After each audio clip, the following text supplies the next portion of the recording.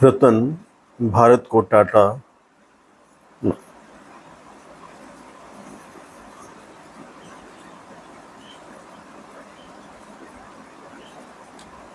रतन ने भारत को टाटा देकर कहा टाटा। तो रतन टाटा चले गए, पीछे क्या छोड़ गए?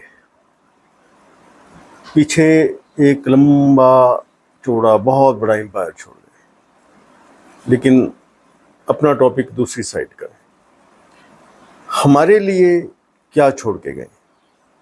ऐसा क्या है जो हम उनसे ले सकते हैं अब भी? ऐसा क्या है जो हमारे बच्चों के, हमारी फैमिली के और हमारे जिंदगी में हमारे बहुत काम आ सकता है, जो रतन टाटा छोड़कर गए हैं? तो कुछ दिन पहले मैंने एक वीडियो डाला था जिसमें मैंने कहा था कि आपके बच्चों का रोल मॉडल कौन है। उसके लिए सबसे जो इम्पोर्टेंट लग रहा है इस वक्त, और सबसे जो मुझे लगता है कि सबसे कीमती रोल मॉडल, सबसे सूटेबल रोल मॉडल अगर कोई हो सकता है हमारे बच्चों के लिए, वो है रतन टाटा, जिन्हें भारत ने रत्न दिया, भारत रत्न का अवार्ड जिनको दिया गया। उनको उनका बेनिफिट, उनकी जो लाइफ थी, उससे जो हम लोग सीख है वो किस तरह से ले सकते हैं? मुझे लगता है कि उनसे रिलेटेड जितनी भी जानकारियां हैं, चाहे वो बायोग्राफीज हैं, चाहे उनके इंटरव्यूज हैं, चाहे उनसे रिलेटेड बुक्स हैं, व्हाटएवर, जो कुछ भी उनके बारे में जहाँ भी जानकारी चाहे छपी है या देखी गई है या बोली गई है, जहाँ भी कुछ दर्ज है, कुछ भी मिले, उसको अपनी लाइफ में एज ए लर्निंग आप यूज कर सकते हैं। अगर आप सच में कामयाब होना चाहते हो और सच में बड़ी और सच्ची कामयाबी पाना चाहते हो। रतन टाटा एक ऐसे व्यक्ति थे जो बिजनेसमैन थे, बहुत बड़ा एम्पायर उन्होंने खड़ा किया, लेकिन एथिक्स अगर उनके हम लोग देखें तो एथिक्स उनके कमाल के थे। वो एक एथिकल बिजनेसमैन थे, उनको कहा जा सकता है। और किसी के साथ ये नाम एथिक वर्ड कब लगेगा, कहाँ लगेगा, मैं नहीं कह सकता, लेकिन रतन टाटा को कहा जा सकता है कि वो एक एथिकल बिजनेसमैन थे।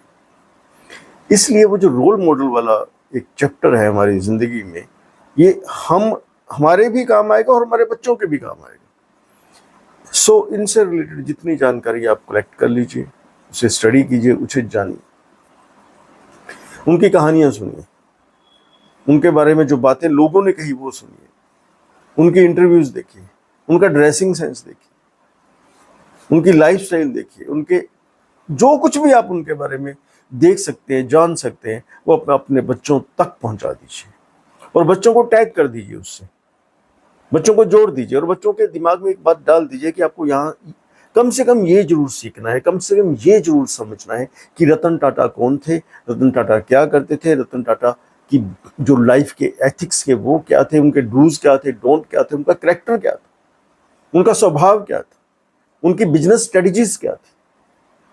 बार बार ब्रेन पे बच्चों के और अपने आप जितनी बार इसे हिट करेंगे, जितनी बार इस थॉट को आप डालेंगे, वो बात पक्की होती चली जाएगी।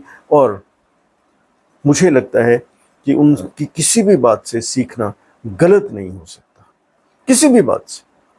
जिस तरह की और जिस जिस प्योरिटी के साथ, जिस ऑनेस्टी के साथ उन्होंने अपनी लाइफ में कामयाबी देखी है और बहुत बड़ा एम्पायर खड़ा किया है, तो उनकी किसी भी बात को सीख के अपनी जिंदगी में लागू करना वो गलत नहीं हो सकता, बहुत काम का हो सकता है।